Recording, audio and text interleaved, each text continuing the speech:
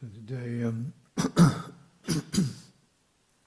suggest you cast the light on desire. What gets you here? What keeps you going? What your motivations are, purpose,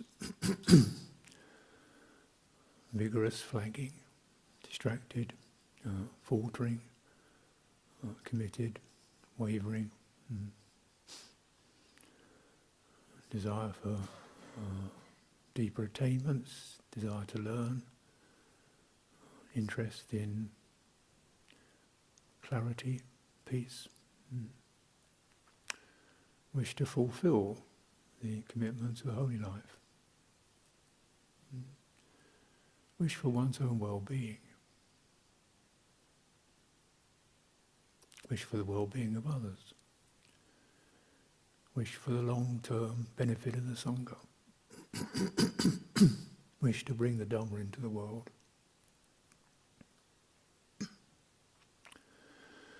Wish to avoid more pain and conflict.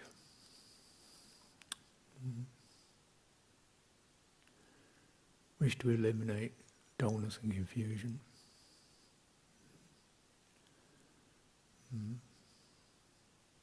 Wish to let go of grudges and resentment.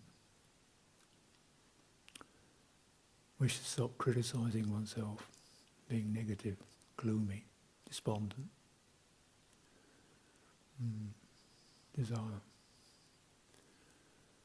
This is the desire realm.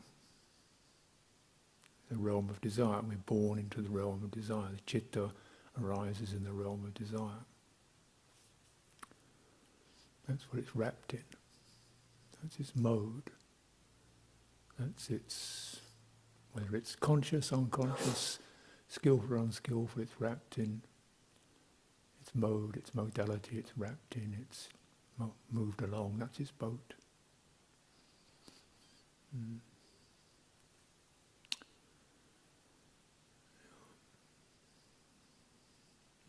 And we can be negative about it, or we can say stop desiring things, but that's a desire too, isn't it?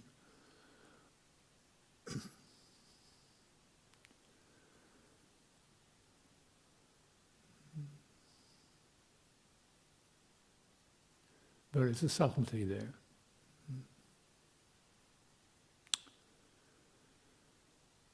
You know, when you really contemplate desire, so Ajahn Sucitto has asked me to offer some reflections because his wish, his understanding, his assumption, his judgment is this could be for the welfare, and he feels that I might better provide something.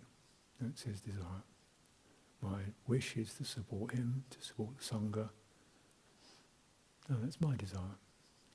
Then we'll see. But with some recognition, one realizes that, yeah, you know, you can fly your kite, throw it in the air, but where the wind's going to blow, who knows?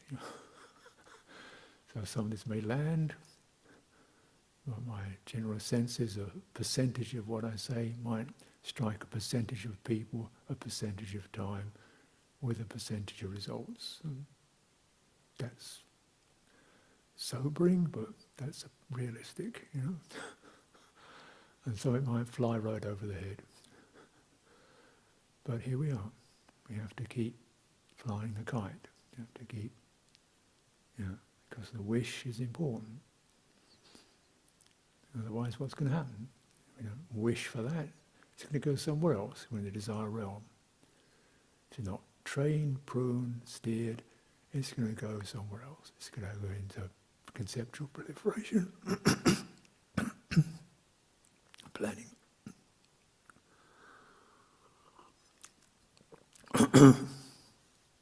Fantasizing, self-obsession.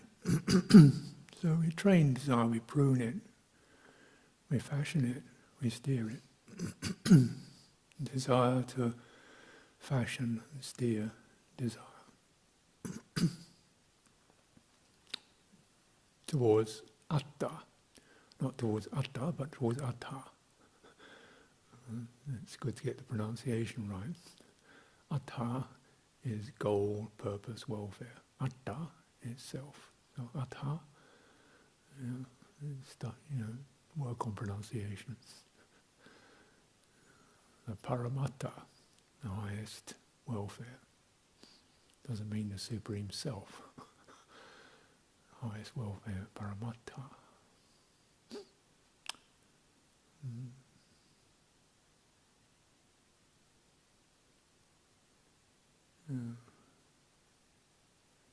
So where does it go wrong? So desire becomes craving. When it's shrouded with ignorance, it becomes craving. When craving is an acquisition mechanism, grab, acquire, extract, squeeze, get hold of something, extract, benefit, pleasure from it. Or get hold of something so you can throw it away, get rid of it. Either way, we grab an object. Desire grabs hold of an object in order to extract something from that object. A thought, a sight, a sound. To arrive at some particular state that can be acquired. Around that process, along with ignorance, that process gives rise to someone who will acquire that. The desire to acquire, tanha, arises. We seem to be in a world of objects, sight, sounds, touches. We seem to be that way. That's the way it looks, senses. So let's get one of these and dismiss one of those. And then one will accumulate.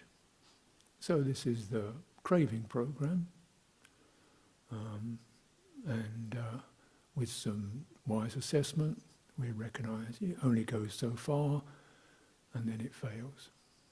It doesn't satisfy. It doesn't lead to completion of fulfillment. It doesn't lead to ending of suffering and stress. Pushes it down the road away, maybe an inch, and then we're at it again, more. Get rid of the things I don't like, get rid of him, get rid of that, get rid of that. Then what? Left with negativity. And so it doesn't lead to the ending of suffering and stress. So with some reflection, introspection, we recognize something about latching onto objects is a failure. Tanha. And once one is able to acknowledge that process, in order to acknowledge that process, there's some sense of perspective. That's an object. It can never be a subject. It can never be assumed into being me. Seems like it. If I only ate that, I would be happy. That quality would be extracted from the object and infused into me.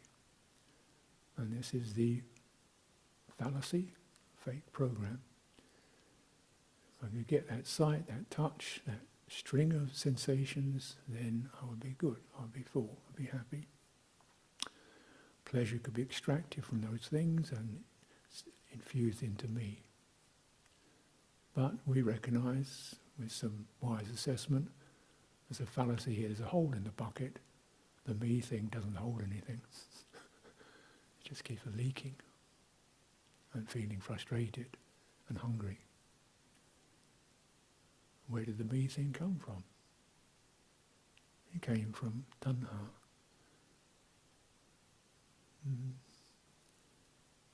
Seizing an object, when that's occluded with ignorance, gives this resonant impression of a me who's acquiring it, who wants more.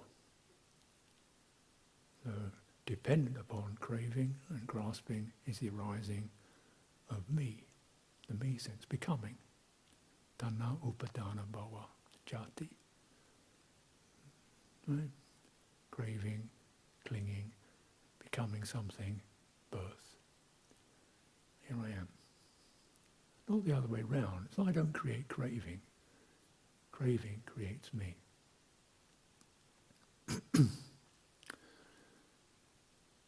So this kind of maybe takes some of the guilt out of it. So I'm a really craving person. I've got a lot of craving in me. No, there's craving. That's kind. That kind of anonymity of the presentation is not just being polite, it's being accurate. And then there's that sliver of recognition. It's possible there could be a detachment from craving and the objects that it seizes. Then there would not be that creation of me trying to grasp something that can't be grasped.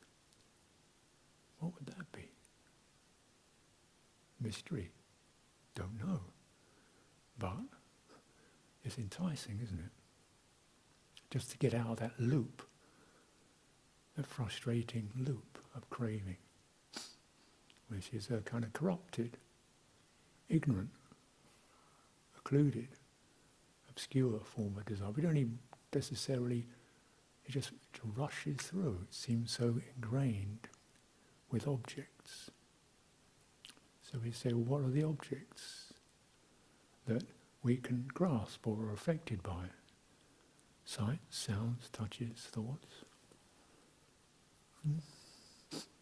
But then with some correct practice, I can witness a thought. So that's an object that can be witnessed, and with some practice and steadying in the witnessing, which doesn't object, doesn't fight, doesn't proliferate, doesn't claim, doesn't disclaim, just it's doing that. The object kind of fades, recedes. The thought dissolves. Maybe another one pops up, and you do it again. An emotion surges through, and you do that. The emotion surges. I'm really upset. How dare they? Da, da, da, da, da. Thoughts, keep it going, and then just wait a minute. Don't start getting guilty or analysing. Just kind of be that, witnessing, openness around that experience. The heat goes out of it, the passion. The wish that it wouldn't be there maybe begins to fade. It's just that's what happened. Here we are, here's a body, here's the ground. wave subsides. Maybe change into something else, or it could be in that process there's a moment of quietness, just kind of balance, and then something else. Notice the moments, the endings of the thought, the emotion, the particular object seems so clear, so intensely configured. When one's held with dispassion, it loses its hard edges. It becomes, well, I don't really feel like, and then whimper, whimper, flutter, flutter. Oh well. There it goes, One can be so convinced the object's got a kind of tremendous intensity to it. Sometimes it takes quite a lot to be able to hold that in just awareness.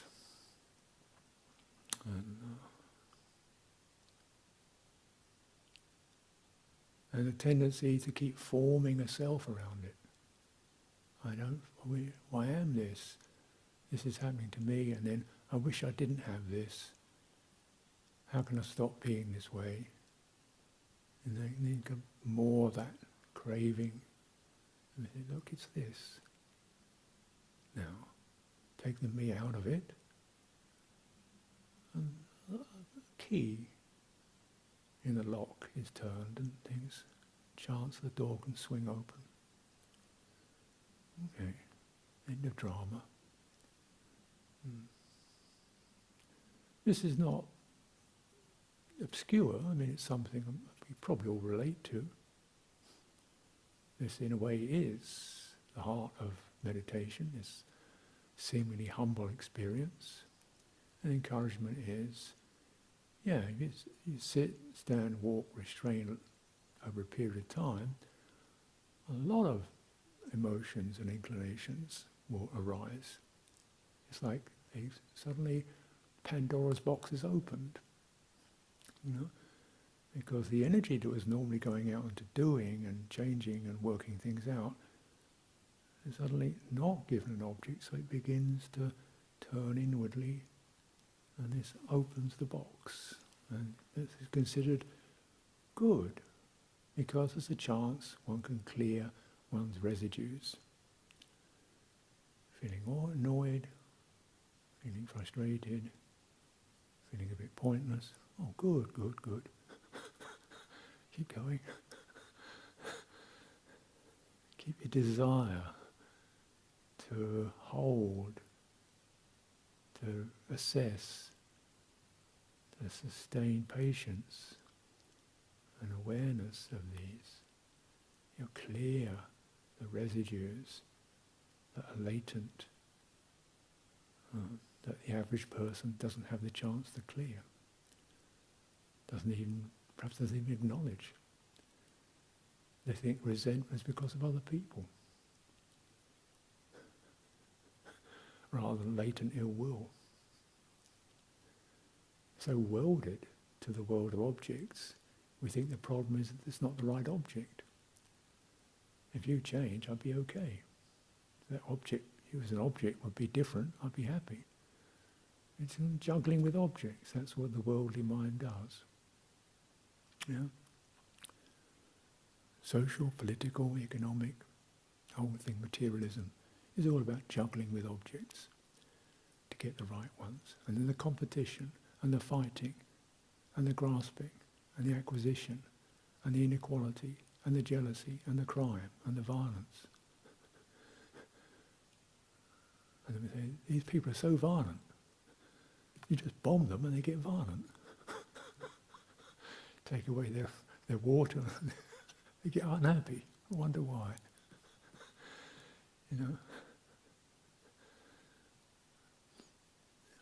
So this is the origin, this grasping of objects. But when we see an object as an object, the chance for that sliver of light to creep in. So I don't need to mess with this, tangle with it. run, pick up the ball and run with it. Boot the ball into somebody else's camp. And just the ball will begins to deconstruct. But not through desire, but through where desire has placed it, into a place of dispassion. But without the desire, we wouldn't put it there. We'd just be kicking the ball. So that motivation is that. And when you kind of make it something like that, you know, oh yeah, this is everything else is subsidiary, you know, to how quiet I am, how long I can sit, how strong my body is, my emotional makeup. Wish I wasn't this kind of person. My mind's too busy. I'm not a calm, serene, mild-mannered person. I'm a bit of a, you know, I'm a bit of a volatile character. No, that's all right. It's very generous. As if you can do what it takes just to get that leverage. And there's the motivation. And whatever states will support that, whatever state of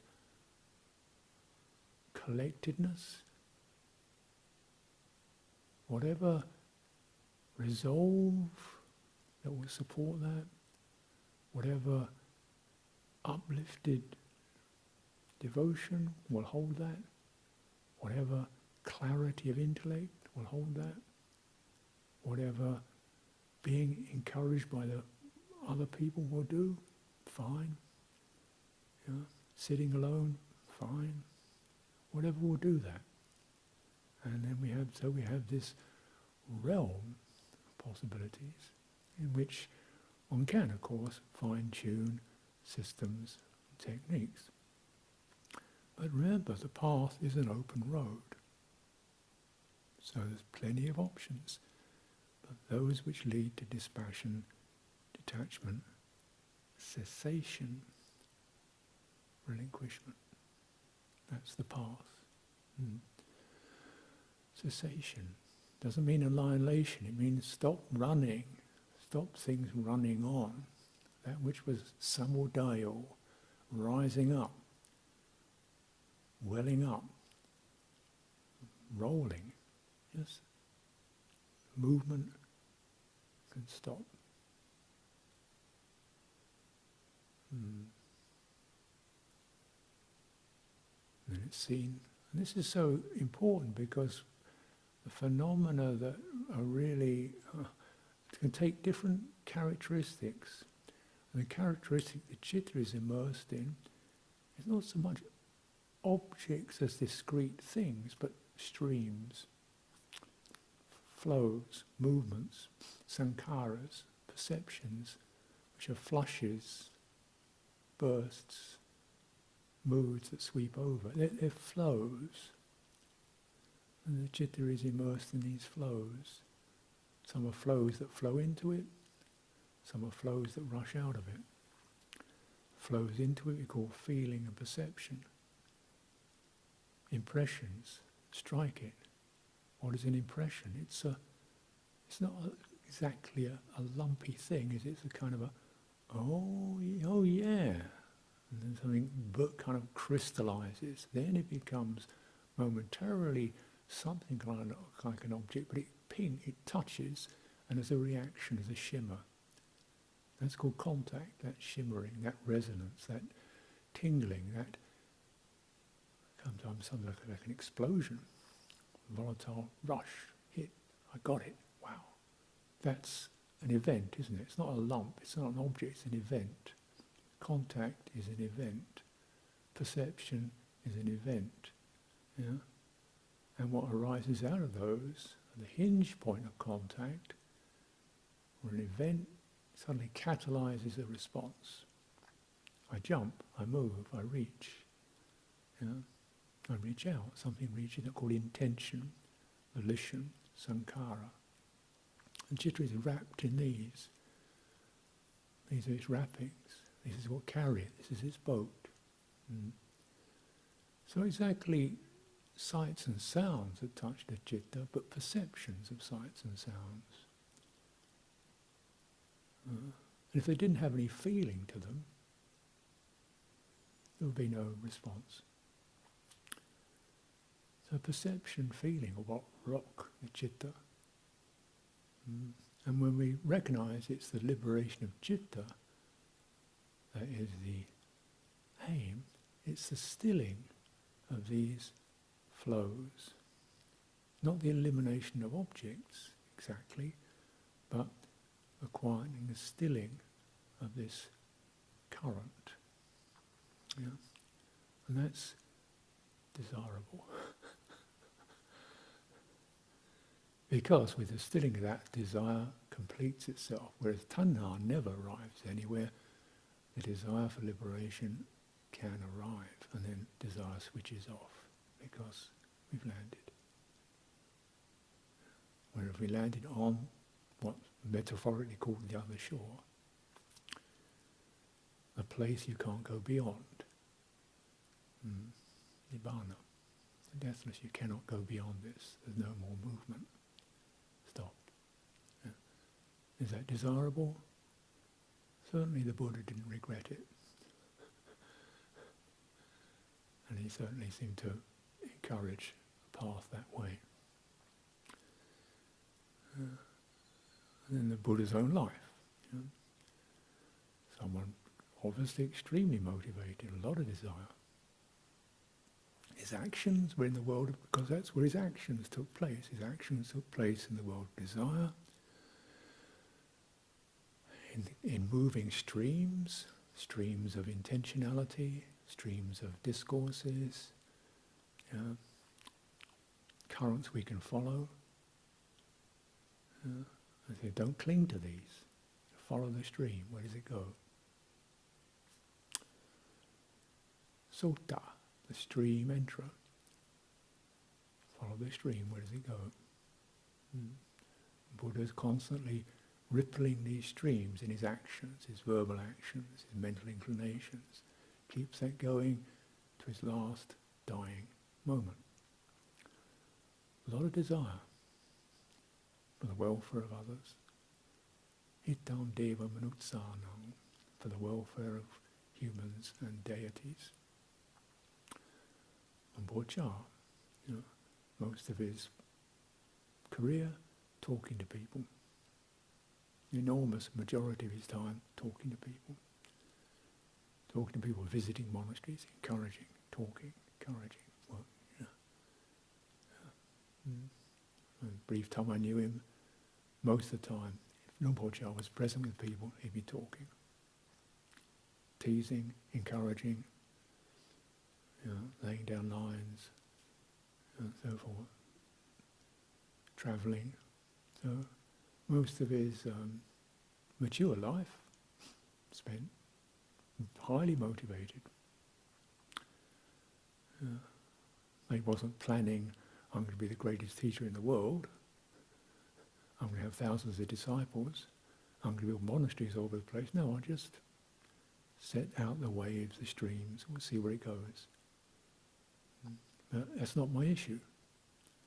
The issue is just to keep sending out the benevolent streams. Where things land and crystallize in the realm of desire, there's so many cross currents, so many ripples, so many eddies, so many rocks. You never quite know where the stream's going to go, but that's what we do. We're in the realm of desire, we have no choice. Rinpoche Sumedho, 90 years old, still every week, gets himself out, the kuti, over to the hall, sits there, gives his talk. He'll be doing that as long as he can talk, I'm pretty sure. Why don't you just shut up? The stream is still there. What are you going to do? Breathing in and breathing out. Mind is capable. So desire. Desire to stimulate those streams. This is the world of activity. Buddha's activity is in the world of desire. The Buddha's presence, you cannot find it. Not tracked, not traced. Just as they say the swan in the lake, in the river, swimming along, you see the tracks because of the ripples. Then the swans leave the lake. No tracks in the sky.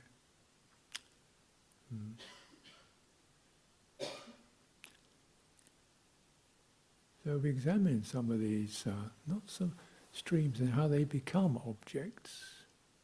How that which was fluid and changeable suddenly locks into something that jams. And you can liken this, since I'm talking about streams, to what happens in rivers. When the bed of the river has got rocks and debris in it, it twists and turns into eddies, become vortexes, and you get these swings round and round and round and round and round, because there's an underlying obstacle, and we may try to swish away at the eddy, knock it out, but it won't go until you move the rock. And then the water will flow through. This is when something, an eddy looks like a thing. You can certainly say it's there, it seems to be permanent, it's a permanent vortex, but actually looked at more clearly, no, it's not a permanent entity, it's a permanent pattern of swirling in a particular pattern. That pattern gives rise to the sense of a discrete thing. I can call it a whirlpool. I can say that whirlpool is 3 yards ahead. Be careful, it's right there. There it is, it's an object. But actually it's a stream, becoming an object because of certain underlying qualities. This is how tanha forms. The underlying quality, ignorance. Underlying quality, attachment. Underlying quality, attachment which searches for something to be, to have, to hold, to acquire. Sense object or state of being, or a state of non-being. Let me never experience this. These are the 3 forms of craving. And so this definitely mingles, doesn't it, with our wishes in our practice, or let me have a nice happy state. Yeah, careful.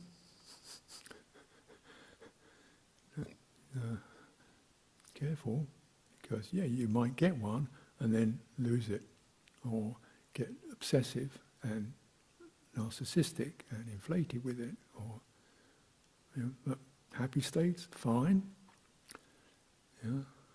But main thing is what generated that, what took you there. How are those streams conducive, and how does that stream lead beyond that happy state to even better places. So the Buddha teaches a happiness that leads on through piti, sukha, equanimity.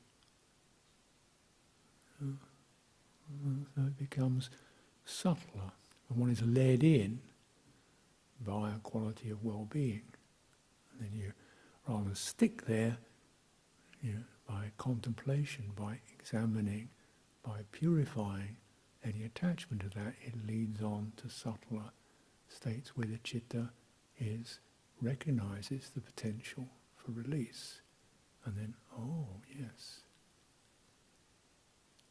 I've been released from worry and doubt, so I'm happy. Now if you release from that kind of sense of acquiring happiness and just let the happiness settle, you release from that to a subtler kind of ease. Not sort of, just kind of feel less distinctly formed, because as the happiness subsides or moves on, the sense of the entity holding it also subsides. it becomes, there is quality of ease, but I don't really feel, there isn't a sense of being someone with it. It's just that. And so that happiness that leads to the diminution of the sense of identity, discrete self, object holding an object, a subject holding an object, into something more undifferentiated, that is the path, or one way in which the path is configured. And how is that? Through dispassion. One experiences happiness, one is dispassionate. This is this. This is this. Watch out for clinging. Feel the energy change from a constricted state, from a twisted state to something more benevolent. Very good, lovely. Now let it continue. Linger. Open. We begin to understand that shifting of attention.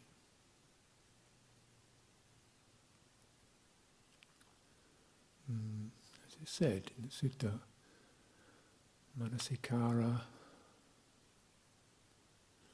Samudaya, Dhamma Samudaya, Manasikara Nirodha, Dhamma Atangamo. When attention rises up, Dhammas crystallize, rise up. When attention stops, pauses, Dhammas don't exactly end, they atangamo, they diffuse, they go out of configuration. We get into something called the undifferentiated Dhamma, which is one way of describing Nibbana, or the unconditioned, undifferentiated. No boundaries to it, no definitions. So most things, you've got outlines, you've got this and that. The undifferentiated Dhammas of atangamo. Atangamo is used the word to describe a sunset. The sun hasn't finished, it's just gone down. And there's quiet, which we acknowledge, can be known. And it's easeful, there's nothing to grasp. The citta has been coaxed, weaned, trained, encouraged to follow that movement. Trust it. Linger. It will happen. But you have to have the desire to sustain that process and to work with the rocks and the grit and the mud. Find the stream. So often we're encouraging people to know that when you experience doubt, rather than being the doubter, having all kinds of doubts, well, I should do this, and how I should practice, and it seems like this, I don't know. Know doubt as an object. Because once we know doubt as an object, it's no longer a stream. The citta is not wrapped in it. It's not particularly agreeable. We don't like it. But it can be known as an object rather than being a subject. Because if it's known, if it's experienced as a stream that I'm wrapped in, it's going to travel a long way and keep messing everything up. Doubt myself, doubt place, doubt Buddhism, doubt practice, doubt existence, doubt, where's it going to go? It just ends in this kind of nihilism, depression, which is extremely damaging. To have no faith. No. We experience doubt when we long for certainty. We want to find a distinct thing to hold on to be, to identify with. It can't be done. The arising of doubt is a kind of good thing in a way, if it helps to shake some of our rooted assumptions. Disorientation, good. Confusion, oh good. Don't know what to do, oh good. No, it's an object, rather than be in the stream, then the energy that's propelling it is withdrawn. the struggling with it is withdrawn, the trying to make it go away is withdrawn, and then a sense of an entity, who is that, declines, and instead there's a sense of being, the knowing of this phenomenon, which, when one considers it, everybody has. So, or not everybody, but the thinking mind has it. It's the nature of it. It does that way. Every conclusion in science creates the next set of doubts about where does this go? What's the meaning of life? Where's the origin of the universe? What happens when we got to the Higgs boson? Where do you go now? When you got back to the Big Bang and discovered it wasn't a Big Bang after all, but a little squeak of something happened before it, or before time began, where do we go now? I don't know. We don't know. That's generally what they're saying now. In quantum, nothing can be said about anything apart from it happens. So in this kind of, but then instead of the struggle, it's just that awe and openness to the, wow.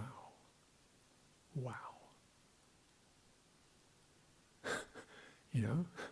And that's where it can take you, to that sense of the humility, the humbling of the intellect. And when the intellect is humbled, the citta comes out from those clothes, those wrappings, those inclinations, and stands in knowing, in awareness.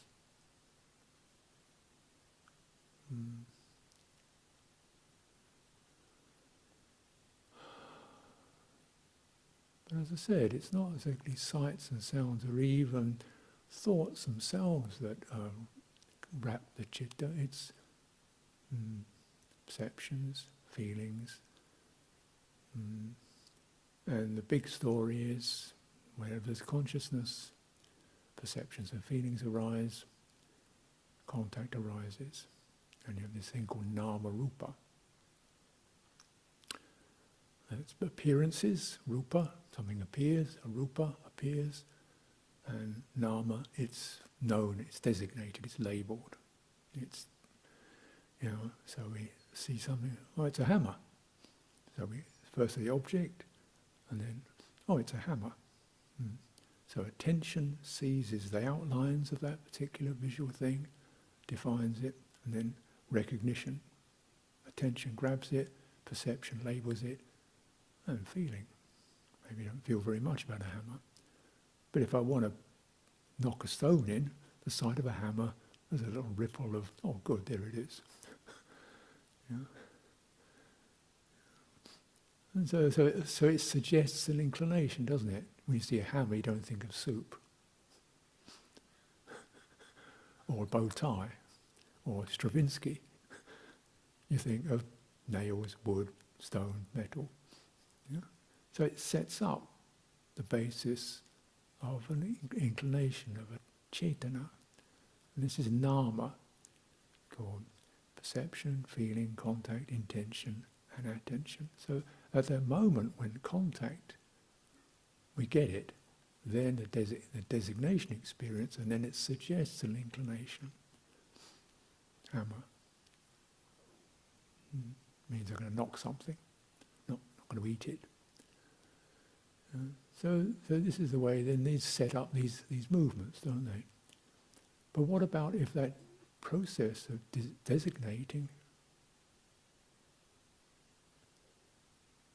was understood as a process that could be halted? I see an object, hammer. It's just an really. What does a squirrel see when it sees it? It doesn't see a hammer. What does a squirrel see? Is it really a hammer? Or is it just something I call a hammer?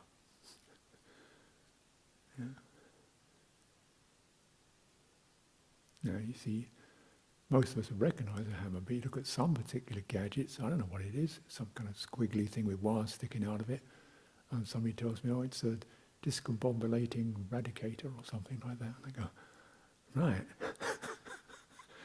To me, it doesn't mean anything. So I feel like a squirrel looking at a hammer. I think, what do I do with it? Eat it? Suck it? Plug it in? Just leave it alone, Ajahn. I'll deal with it.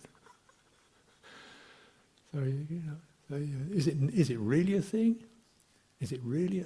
No, we name it. And if you've got the name for it, you probably know what to do with it. If you don't have a name for it, you think,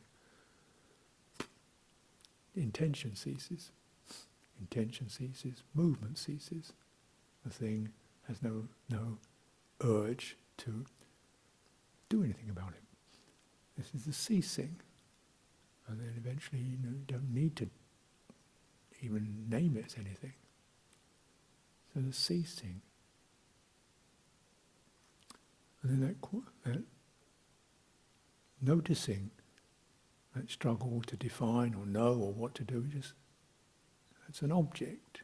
It's no longer a current that's sweeping you along. It's a flurrying mood of trying to fit something in. It's a flurrying thing. It's not carrying you. You've made peace with that. I can't know. Nobody knows everything. Humbling. Good. Uncertainty. Good. Stay there. Peaceful. Released.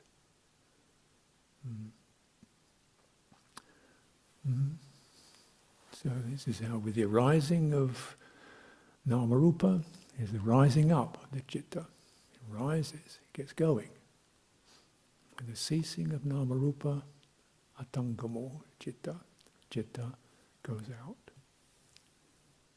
It doesn't radically, it's ought to be radically transformed. This is the deathless. That is the citta released from all grasping, all positions. This is the deathless. Doesn't mean the ending of the citta, it means the ending of a certain wrapping around the citta, the clinging, the craving, the bedrocks in the stream removed. Citta still, like a lake, measureless. You can't measure it. That's an attention, that's an action of nama. That stops. So it's said, one whose citta has gone out, there's no way in which you can measure it.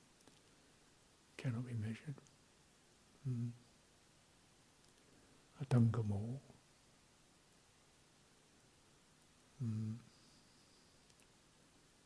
And the world of ideas and objects is because he's mysterious and perhaps not even something really, well, I don't fancy that. Kind of this little recollection from Patachara, when she goes doing her walking meditation and she goes in from the hut, from the walking path, washes her feet, sits down and turns down an oil lamp. It says, just like the flame going out, my mind is released. So what's that sense of a darkness? Is no longer frightening. They were no longer to fill. One could be aware of that. Doesn't mean you never light a candle. So then desire has come to a place, the motivations, the inclinations of our practice, carefully studied, carefully trained, motivate yourself towards just that levering back. That which was carrying you along, urging you along, sweeping you around. It's an object. Your concerns about the world, the worries about your relatives. So, not saying don't do it, just there it is as an object. I'm not saying don't do it. Just hold it as an object. This is worry. And then maybe there's that detachment, that dispassion changes. Right? nagging, fretful, unfulfilled state of impotence, can't make it, can't do it, into, as it ceases, the stream ceases. The citta quietens. But if it's turned towards the world, it manifests compassion. Not because I'm trying to be a compassionate good guy who fixes everybody. It's just that's what happens when the citta is released from its own enmeshments and craving and grasping, and it turns towards the world. We get Mahakaruna, the great compassion. Obviously, the Buddha, absolute, sterling, 100% example of that. Did he think he was going to change the world? He didn't think that. Did he think everybody should be a Buddhist? He didn't think that. Did he think, I'm going to set up something that no everyone will understand? He didn't think that. Just turn towards the citta, turns the world with compassion, and then pure motive, pure desire, pure motivation follows that in the world of desire. But then, as we recognize in the suttas, the Buddha says, this 2 weeks, I'm going to turn it back. I want to enter that release that I attained at the Bodhi tree. Definitely a desire. Turns it back. The swan leaves the lake. And, measureless. And he definitely determined, as it said, let no one come near me for 2 weeks except the bhikkhu who brings my food. So you're still going to eat. So, but then taking that time just to let the system go into, you say, downtime. The Buddha's downtime. It's kind of disrespectful maybe, but Nibbana is the complete downtime. System just kind of rests. Maybe that just allows subtle form of regeneration, or anyway, who knows? I'm not going to second guess it. But there's that. There's the complete relinquishment of all formations, you could say, and then there's the relinquishment of craving, grasping, attachment, worry, proliferation, which the Buddha, with that relinquishment, enters the world of desire for our welfare and benefit. And we can enter that. So we're not trying, if you're trying to eliminate desire, some people think that, partly because of an understandable translation. The tanha is thirst. I mean, it's a compulsive, it's a reflex, it's not a measured decision. It's like thirst. You don't decide to have some craving. You get it, it gets you. It's a psychological reflex from unawakened ignorance, not knowing. It just does it. But then deliberate, motivated, clearly fashioned desire, that's to be encouraged. And then you moderate it. It's not a desire to sit for 24 hours without moving. You want to do that? Wouldn't recommend it, but you want to do it? It's your thing. But maybe just learning to step back from one thought would be a good idea.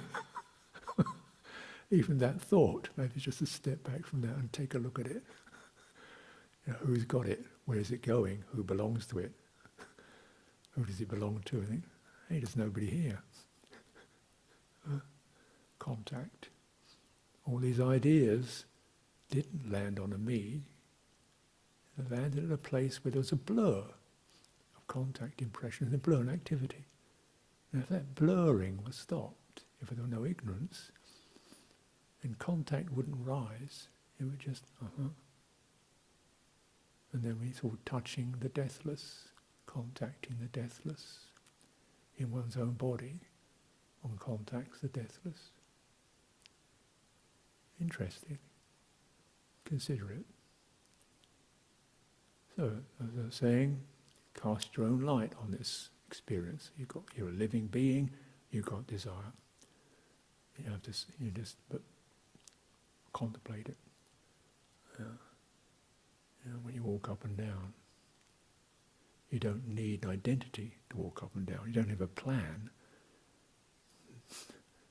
But you can find that balance whereby citta has something, a sense of balance itself to orient around.